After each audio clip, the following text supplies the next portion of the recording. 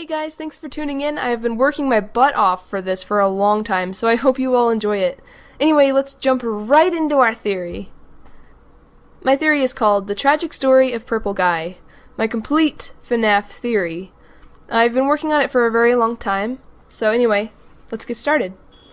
Let's start at the very beginning. The earliest that we know of is the murder of the puppet. This happened at the first location. The original restaurant was named Fredbear's Family Diner, presumably a local family restaurant that started with one animatronic, or possibly just a costume of their character Fredbear. We're not really sure. This location was likely open in the late 70s. During the Take Cake minigame, we can see a child that seems to have been left outside and is crying. A pink man sees the unsupervised child as good prey and pulls up in his car and kills the child. As you can see here, Fredbear is the only animatronic, or possibly just an employee in a costume. This child is forever tied to Freddy's and eventually possesses many things. Just to clear things up, I do believe the pink man is completely different from the purple man. The pink man is the murderer, not the purple man. In all death minigames where children die, the pink man can be seen with no badge. It's never purple man, always pink man. As we can see here, purple man and pink man look nothing alike. We can even tell here that purple man did work at Freddy's in some way, whereas the pink man never has such evidence. As we can see here, purple man is slouching and he's much taller than pink man, although you can't really tell in this image. Also, pink man is much stockier, and their faces are just completely different. Purple man has white eyes and pink man does not have it at all. I really do not think these characters can be the same. We know that one child was killed at Fredbear's Family Diner, but the incident is only portrayed in the death minigame. The pink man was not a Fredbear employee since we seen him pull up in a car outside the restaurant. After this, the company gets a bad reputation and press, forcing the already small and tight-budgeted restaurant to close. Directly after this, the Fredbear Company is bought, and the first Freddy Fazbear's Pizza opens. This business makes two animatronic characters that also double as wearable suits. These are the Springlock Bonnie and Fredbear. The company also decides to create more characters, these being Freddy the Bear, Chica the Chicken, and Foxy the Pirate. After finishing the designs, they made those characters appear on their new cartoon, Fredbear and Friends. They also made prototype animatronics for these characters, but never completed them due to their budget being too small. After a few years, they designed new versions of these characters and sell them as toys. They still use the golden Springlock suits in the restaurant. This also becomes a chain of restaurants, and they all use the Springlock suits. Now here's the kicker. Purple Man actually owns this restaurant. He is the father of 3 sons and possibly 1 daughter. Now why do I say 3 sons? Well, we have evidence for it. First of all, do these 2 boys look anything alike? Your first reaction may be, yeah, they look exactly the same. But look closer. Look at the masks. The one on the left isn't even a mask. In fact, it's a whole head. It also has a darker color and a completely different shape. The one on the right has white eyes and the other one doesn't. Now I bet you're saying, well, maybe he just has 2 masks. And this could work if it wasn't for their skin color. The one on the left has lighter skin, and that isn't just the lighting, since the kid's skin color never changes, no matter where he is. Now are you convinced? The oldest son of Purple Man is the Foxy head-wearing brother. We know that he is actually wearing an empty head because the prototype Foxy was put in the safe room and is not being used. Since his dad owns the restaurant, he could easily get to the prototype suits. Also notice how you cannot see any of his head at all, unlike the masks. This makes it seem like it's not really a mask. Instead, it's a whole head. This child also works as an entertainer during this. This is why he isn't seen at the birthday party, since he's being suited up. Not only that, but he is also Phone Guy. There are multiple reasons for this. For one, we know his dad owns the place, so he could easily get that job. He also favors Foxy, and he knows how to work the Springlock suits. Recording training tapes isn't really a full job, instead it was just a side task. He started making the training tapes once the sister location opened up, since they didn't really know how to work the suits. The second oldest son is the one who caused the bite of 1983. He takes after his older brother in liking Foxy. He also likes to bully his younger brother. Purple Man's youngest son is the main character of FNAF 4. What proof is there for this? For one, why would the alleged father, the Foxy head-wearing character from Home, which some people think is the father, why would he bully his own kid? That makes no sense. Not only that, if the kid's family was tied to the restaurant by only some or one of them having a job there, then why would they live practically next door? It seems to me more like somebody owns this place. And why would they go there so often? As for the daughter, no one can really say for sure what's going on there for now. The main kid in FNAF 4 is the youngest child in the family and is often picked on by his older brothers because he is scared of animatronics. Their father is constantly busy with his endless work and has close to no time to keep an eye on his kids. The main child is scared of the animatronics, possibly because he can see spirits. He also can speak to them too, but that'll come later. Right now, the gold text coming from the Fredbear is just the child's imaginary friend. It's not a ghost. But there is a ghost in the plushie during this, as we can see from the following white eyes. But it does not communicate with him yet. We know he can see spirits from the second night minigame. These may appear to be shadows of the animatronics on stage, but why would they be purple? And keep in mind what the Fredbear plush says to him. No, don't you remember what you saw? The exit is the other way. Hurry and leave. You can find help if you can get past them. You have to be strong. Also, look at this image. You could see that the lights would actually be casting shadows in the opposite direction. So does this mean that the main child can see ghosts? He seems to be the only one who can see them though, since everyone else ignores them. It's possible that these two spirits are two workers who died from Springlock suit failures. We know that this company covers things up and they wouldn't want to scrap their suits over two minor setbacks. For the days leading up to the kid's birthday, we see some of the things he has to deal with, like his two mean brothers and his dad that nearly never appears. Finally, on the day of the kid's birthday, his brother and his mean friends decide to scare him with Fredbear. They end up accidentally putting the kid in danger, and Fredbear clamps down on his small and frail head, crushing it. It is possible that the Fredbear was created to have a safe system that could not accidentally bite someone, but when the spring locks got wet from the child's tears, it snapped shut like a bear trap. One thing to note is that it definitely wasn't a bite to the frontal lobe, it was the entire head. Soon after, the child is put on an ambulance and taken to the hospital. During this time that he is struggling to recover, he begins to have terrifying nightmares. When we're playing the fourth game, we are playing the child in his nightmares. In the game, you can sometimes see medication, pink flowers, and an IV. This is a hint that the child is in a hospital. The Fredbear that appears on the bed beside him sounds like a heart monitor beeping rapidly. His heart is racing as he sees the one that got him. During the last night, only Fredbear is active. As he is recovering, his memories become a bit clearer as he remembers the one true fear he had, the one that almost killed him, Golden Fredbear. In the previous nights, your brain repressed him and instead could only remember Foxy, Chica, Bonnie, and Freddy, the bullies who had him nearly killed. Finally, after a struggle to recover, he begins to fade and hears his brother's voice. Can you hear me? I don't know if you can hear me. I'm sorry. All he can see is the plushies. He can't open his eyes anymore. Each plush toy is apologizing to him. But it's actually the bullies and his brother visiting him during his recovery at the hospital. At last, the spirit in the Fredbear plush makes his presence clear and gives him a few last words. We know this from the text color difference. We're still your friends. Do you believe that? I'm still here. I will put you back together. This is the spirit of the first child who was killed at Fredbear's diner a while ago. This spirit is actually haunting his Fredbear plush, and only now speaks to him. This is the same spirit that will eventually possess the puppet. Finally, he succumbed to his injuries in the hospital. After his death, his spirit is pulled into Freddy Fazbear's Pizzeria with the Fredbear plushie spirit. There he haunts the Fredbear. After this incident, Purple Guy continues to work as the owner, and tries his best to cover up what happened, making sure that no one knew that Fredbear was dangerous. Purple Man isn't heartless though, and the loss of his youngest son made him quite depressed, to the point of isolating himself more from his other sons. At this point, the training tapes are being made, since the sister location is ready to start using the Springlock suits. The phone guy recently lost his younger brother, but is still able to do his job. He is warned not to mention the Fredbear failure and his brother's death. This restaurant was also a place of murder where Pink Man strikes again. Now, after getting a taste for murder and finding a good place to get to unsupervised children, Pink Man gets a job as a performer, a job that could get him close to the kids. He learns how to use the Springlock suits through the training tapes. Hello. Welcome to your new career as a performer/entertainer for Freddy Fazbear's Pizza. These tapes will provide you with much-needed information on how to handle/climb into/climb out of mascot costumes. Right now, we have two specially designed suits that double as both animatronic and suit. So please pay close attention while learning how to operate these suits. Remember to smile. You are the face of Freddy Fazbear's Pizza. Soon after the suits are being put to use, the recordings change direction. Hello. There's been a slight change of company policy concerning use of the suit.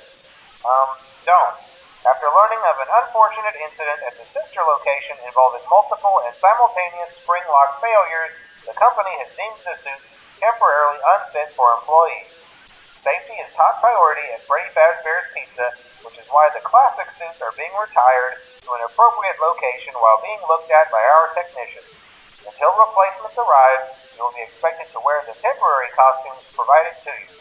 Keep in mind that they were found on very short notice, so questions about appropriateness/relevance should be deflected. I repeat, the classic suits are not to be touched, activated, or worn. That being said, we are free of liability. Do as you wish. As always, remember to smile. You are the face of Freddy Fazbear's Pizza.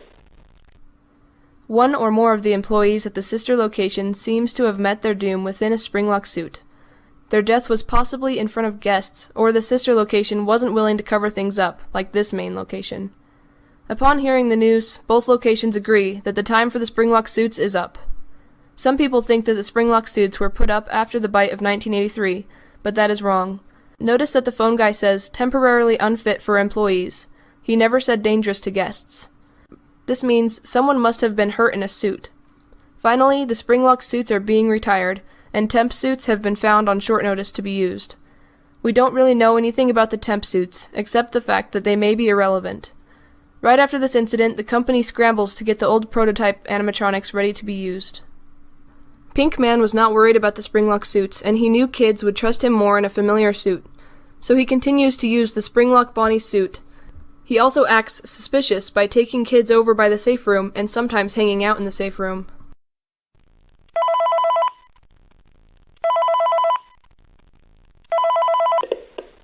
Hello. This is just a reminder of company policy concerning the safe room. The safe room is reserved for equipment and/or other property not being currently used and as a backup safety location for employees only. This is not a break room and should not be considered a place for employees to hide and/or congregate.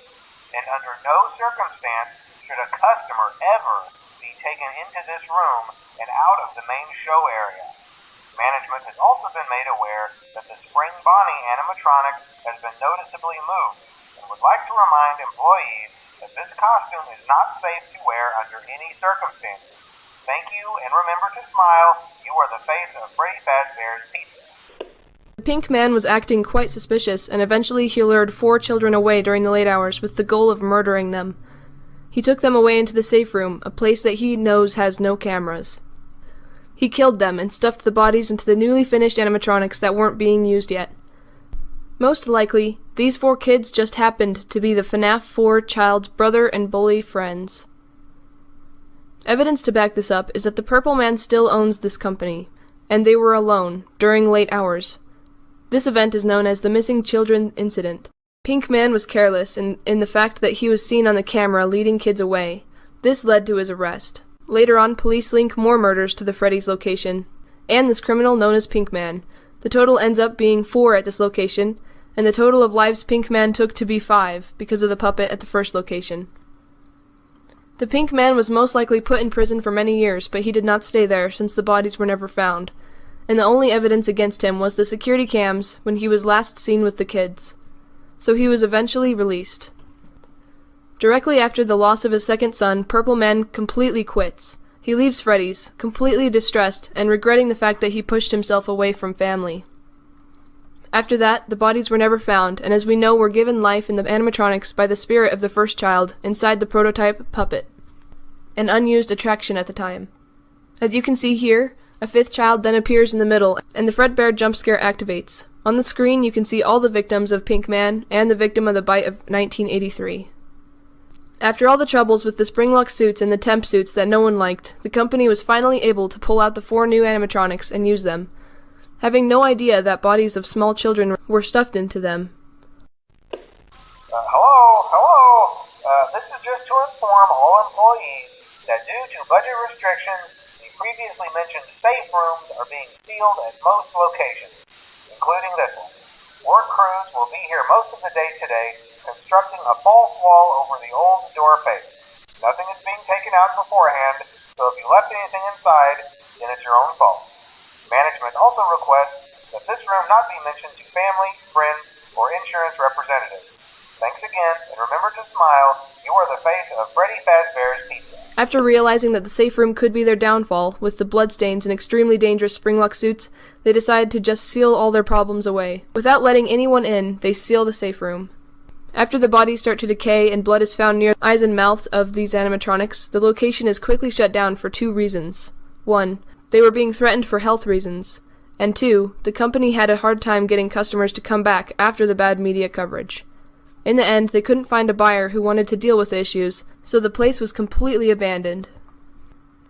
Eventually, the company is bought and reopens. The classic animatronics were to be upgraded, but are decommissioned and left unfinished, falling into disrepair. 2 reasons for this are that they smelled funny and they didn't look as kid-friendly. When remodeling, they tore down the false wall and found remnants of old toy characters. This new company decided to use these old characters. These old characters are the toy animatronics. They were used as merchandising for the old business. The toy animatronics include Toy Freddy, Toy Bonnie, Toy Chica, Toy Foxy, and Balloon Boy. They decided to redesign the puppet as well. As told to us by Phone Guy, these animatronics are more kid-friendly looking, and also have a facial recognition system that is linked to a criminal database. This is to ensure safety for kids and to keep dangerous people out. This company knows that Freddy's has had a hard time in the past, and they don't want that to happen again. This company also wants nothing to do with the old companies. The Phone Guy we know does end up getting a job here too, though. On night 1, you listen to Phone Guy give you some instructions on your job. The most important thing to note here is the fact that these tapes are old. He says, "Welcome to your new summer job," and at the end of your week, your check says November. This proves that those tapes are old.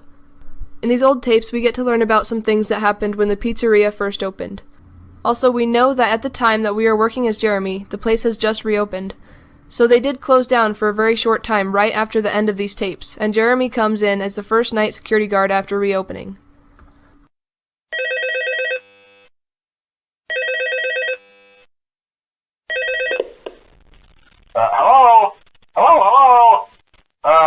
Hello, and welcome to your new summer job at the new and improved Freddy Fazbear's Pizza.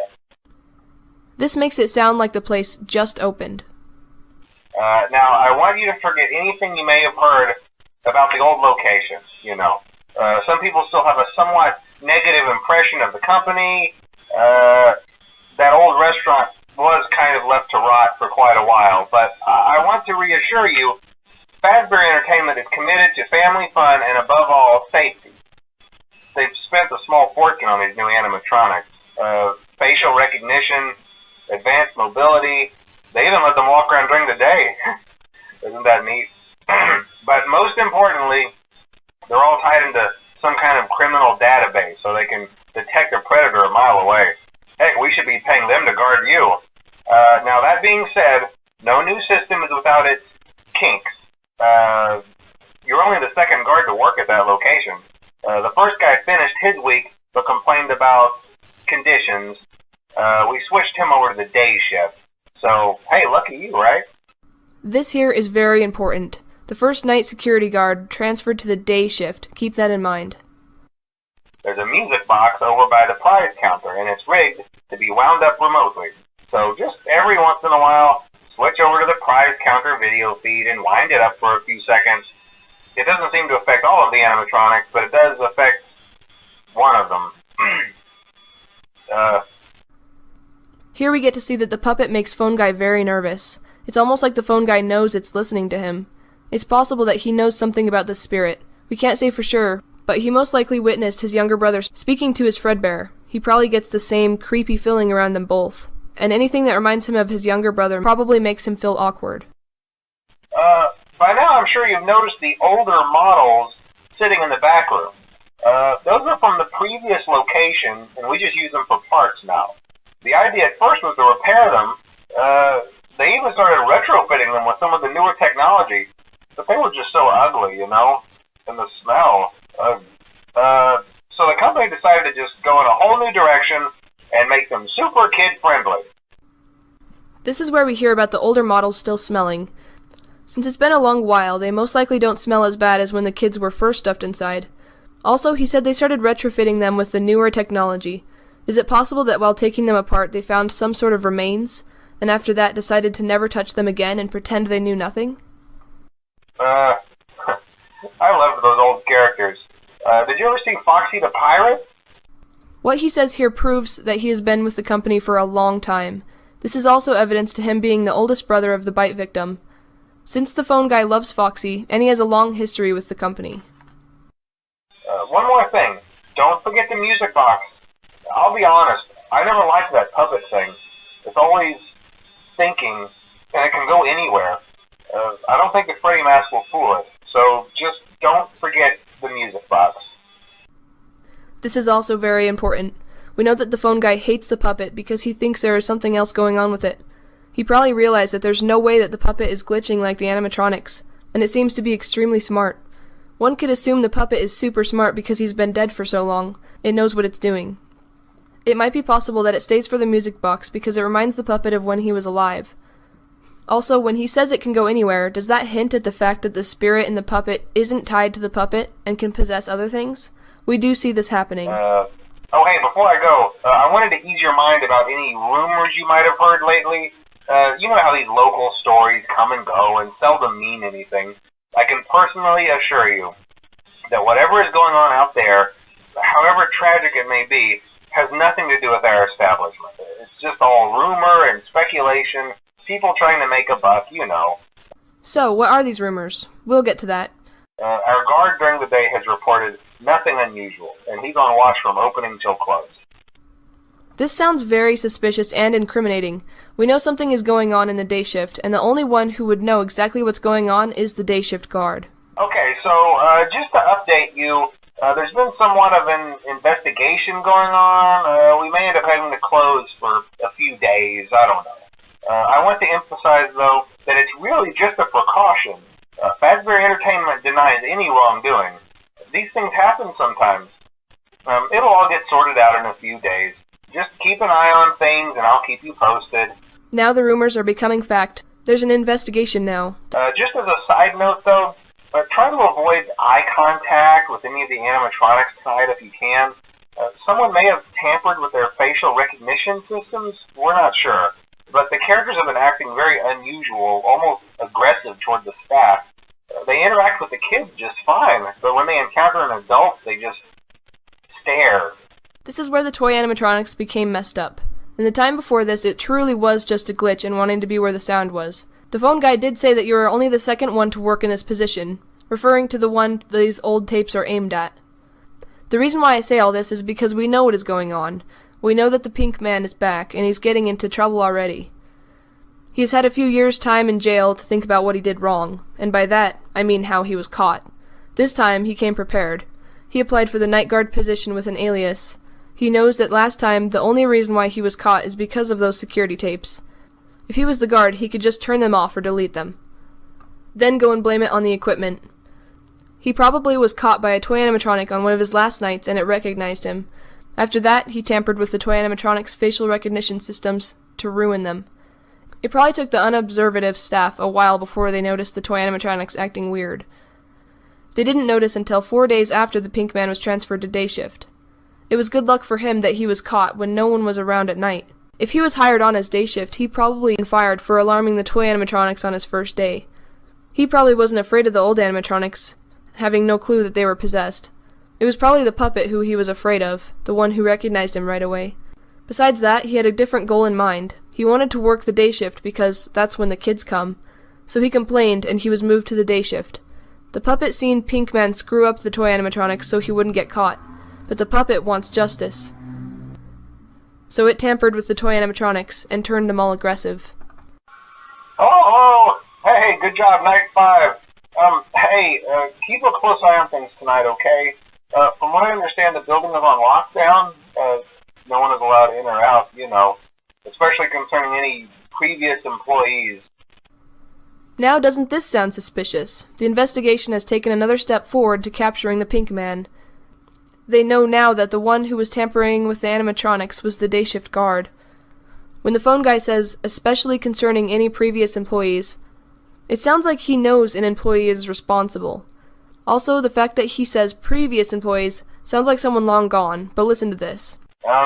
When we get it all sorted out, we may move you to the day shift. A position just became available.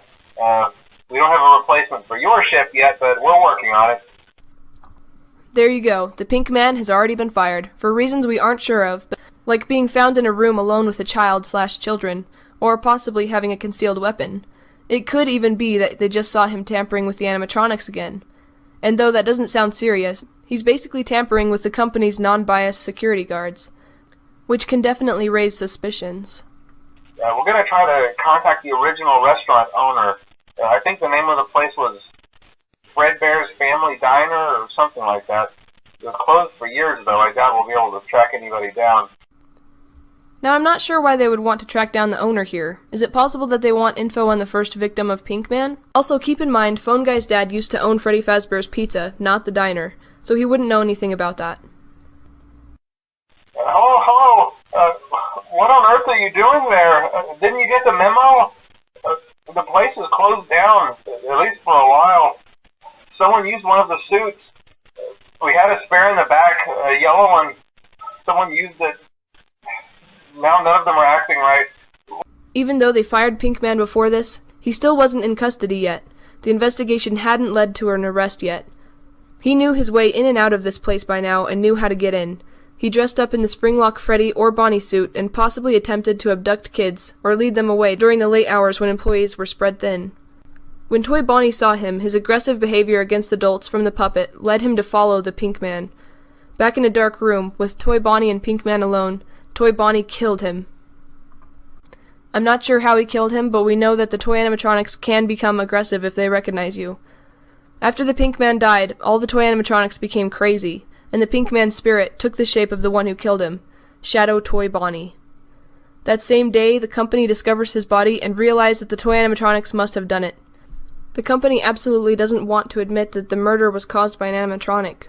Instead, they decide to finish up their last birthday and then shut down for cleaning up, and to fix the toy animatronics. For the time being, Pinkman's body is hidden away in the safe room. We know that sometimes this company is known to not go directly to the police. As we know from the FNAF 1 phone call, where Phone Guy says, "A missing persons report will be filed after 90 days or after the cleanup." Sounds very sketchy, doesn't it?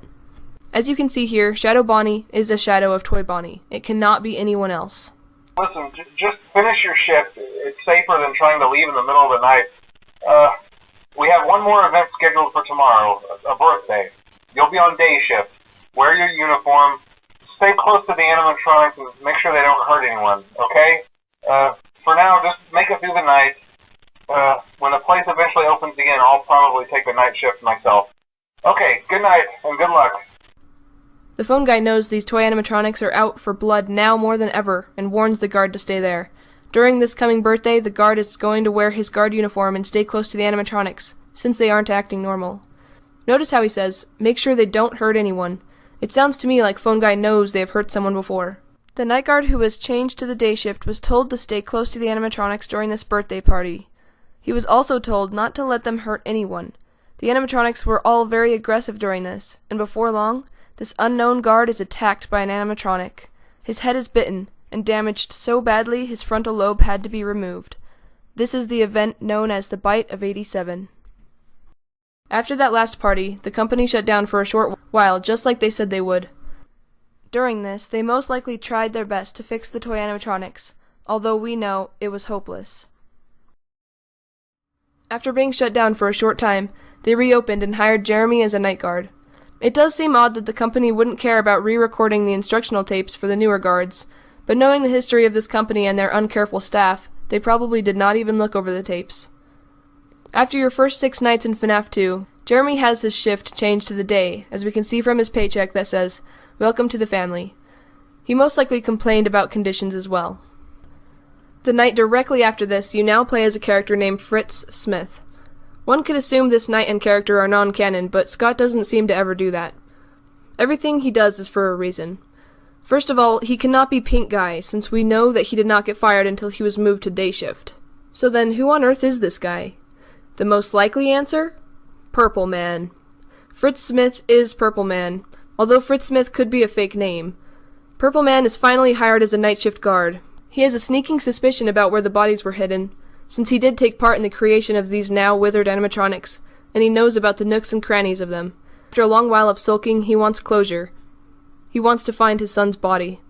As soon as his first night starts, he angrily searches the restaurant for the withered animatronics, and one by one he discovers the bodies of the children by tearing the withered animatronics up with his crowbar. In fact, he even finds the body of Pink Man. This is why there are actually 5 bodies in this minigame instead of 4. This is where the Save Them minigame takes place. It wasn't in the past. It is actually during your one night of playing Fritz Smith.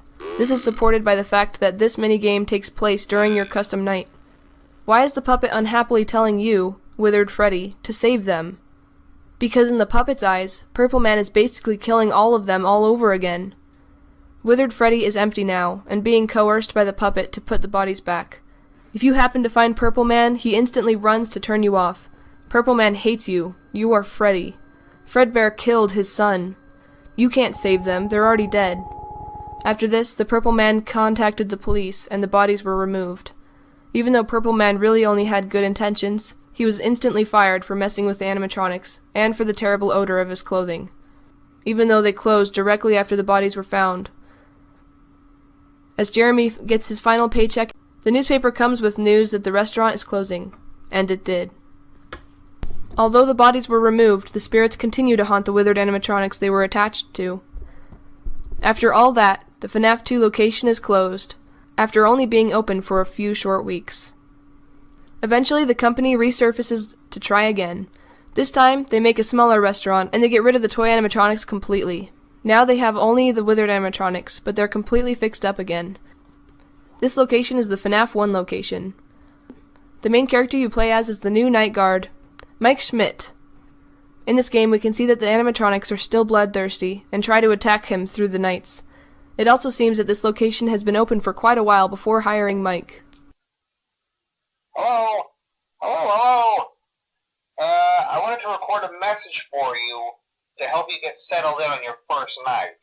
I actually worked in that office before you. I'm finishing up my last week now, as a matter of fact, so I know it can be a bit overwhelming, but I'm here to tell you there's nothing to worry about. Here we can see that the phone guy is once again back. It seems he also worked a few nights as a night guard as well, probably covering until the position is filled. He is also trying to reassure Mike that this job isn't dangerous. It's probably quite hard to get people to take/keep this job. Fazbear Entertainment is not responsible for damage to property or person. Upon discovering that damage or death has occurred, a missing person report will be filed within 90 days or as soon as property and premises have been thoroughly cleaned and bleached and the carpets have been replaced. From the sounds of this, there probably has been deaths in this location already. So just be aware, the characters do tend to wander a bit. They're left in some kind of free roaming mode at night. Something about their servos locking up if they get turned off for too long. They used to be allowed to walk around during the day, too. But then there was the bite of 87. Yeah. It's amazing that the human body can live without the frontal lobe, you know? After all the dangerous things the animatronics have done in the past, like the bite of 87, the company decided it was in their best interest to keep them on the stage, a safe distance away from the guests. Also notice how he says the human body can live without the frontal lobe. This proves that the bite in FNAF 4 cannot be in 1987. Oh, hey, wow, day 4. I knew you could do it. Hey, listen, I may not be around to send you a message tomorrow. It's been a bad night here for me. I'm kind of glad that I recorded my messages for you when I did. Hey, do me a favor. Maybe sometime you could check inside those suits in the back room. I'm going to try to hold out until someone checks. Maybe it won't be so bad. Yeah, I always wondered what was in all those empty heads back there. You know. Oh no. And this is the tragic end for Phone Guy. As you may have noticed, Foxy was banging on his doors. Then we hear the music played by Freddy. then Bonnie and Chica's moaning, and finally we hear Golden Freddy, also known as Fredbear. Maybe he just wanted to scare his older brother for once, just like he used to do to him. This is the last time we hear Phone Guy. Also, some people use the fact that Phone Guy asks to check the suits as evidence to him being Purple Guy, but that is not possible at all. Their deaths are two completely different accidents. And lastly, on night 5, all we can hear from the call is the terrifying sound of one of the animatronics.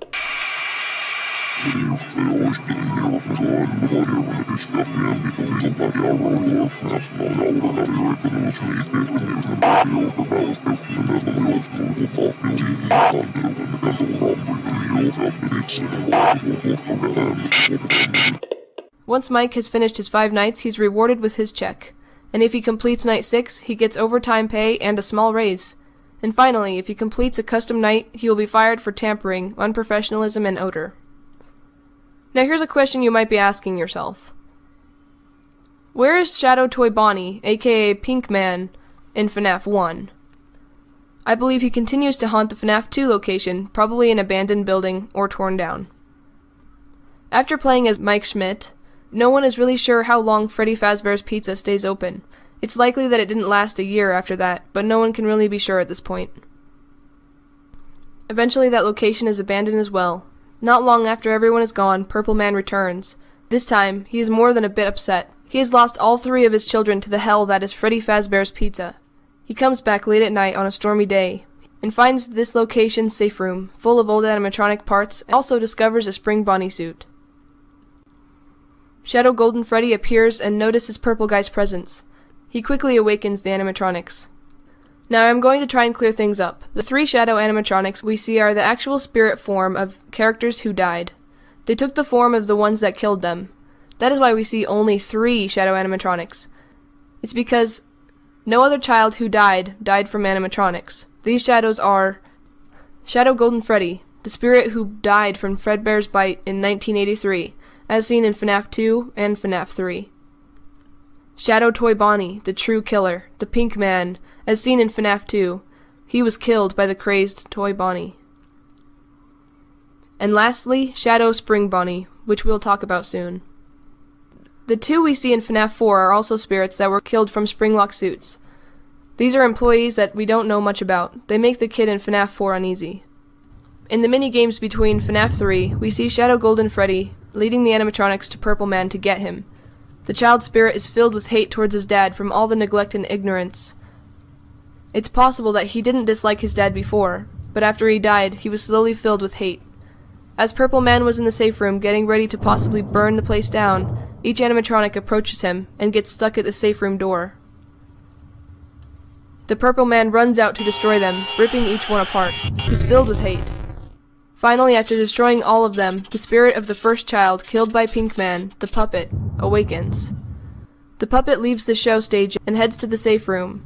There, Purple Man's second son and his bully friends wait in spirit form, haunting him.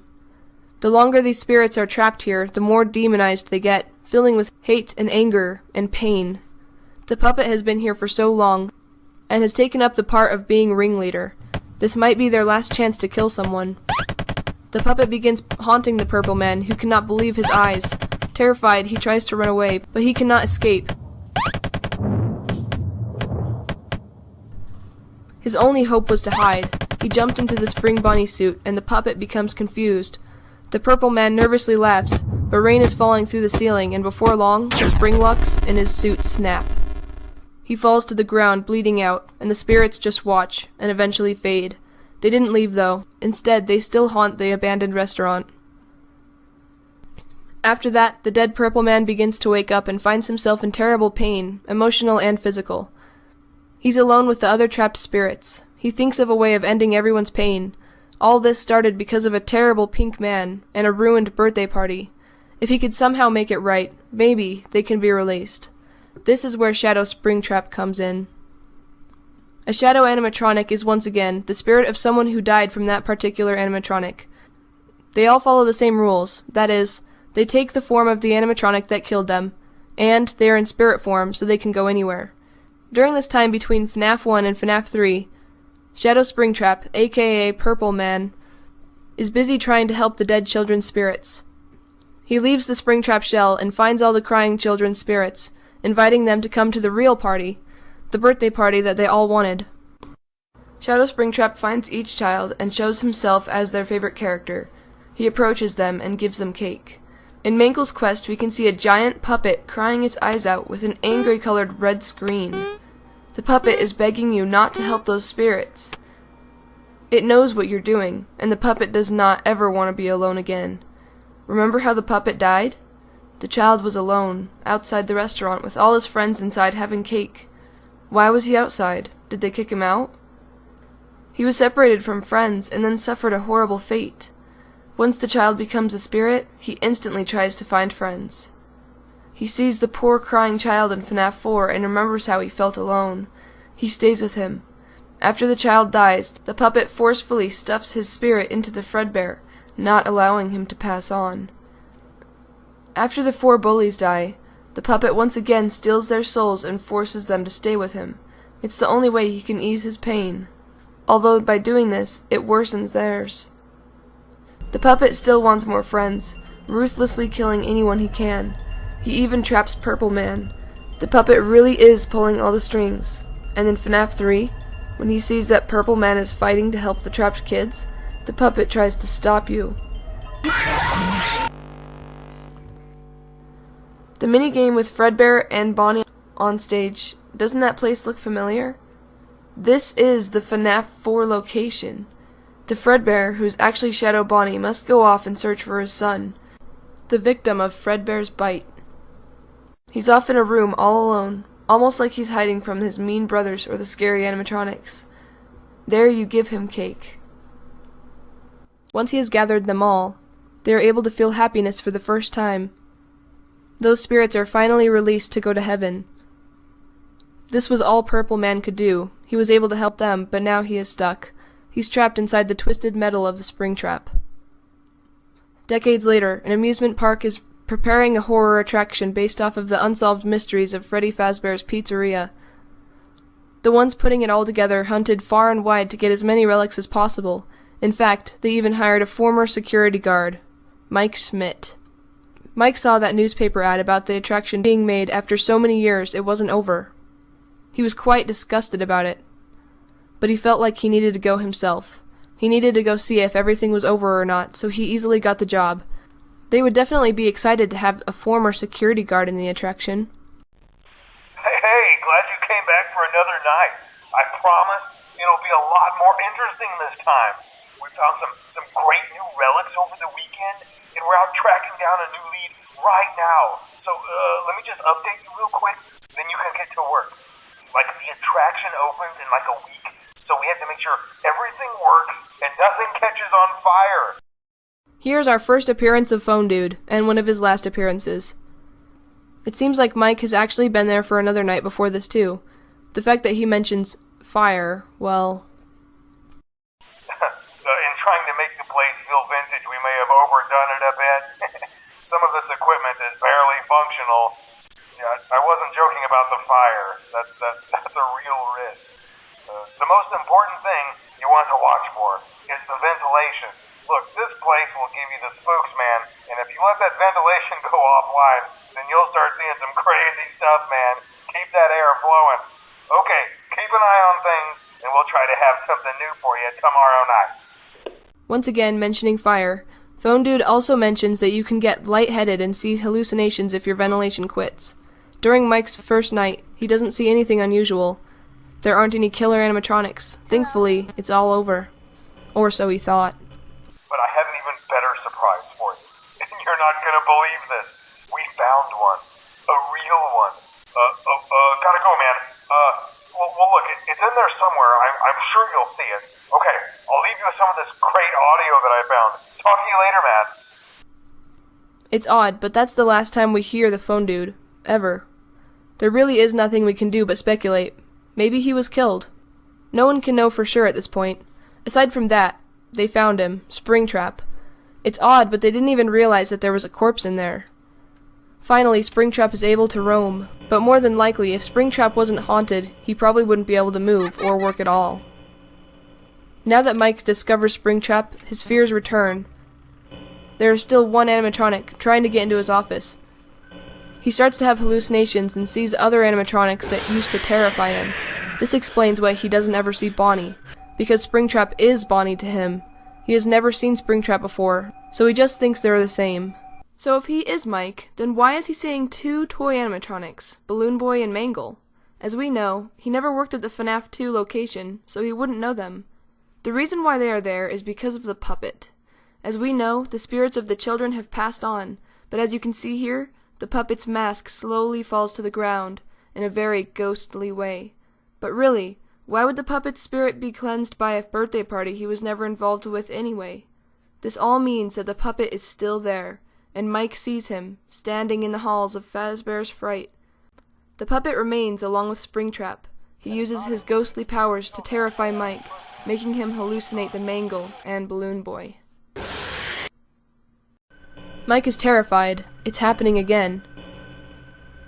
Throughout his nights, he starts thinking about what he can do to put an end to the terror. Why does Mike see burnt phantom animatronics? Because the phone dude put that idea in his head. The idea of fire. He knows that burning everything to the ground is the only way to end this. Springtrap has been filled with hate as he sits trapped in that suit for so long. Now he finally has a chance to give someone else that pain, even if it's only for a short amount of time. Springtrap is constantly fighting with the AI in his suit to get into the office, whereas the suit is trying to turn and go towards Balloon Boy's voice. Springtrap wants so bad to kill Mike, but more than that, he really just wants someone to...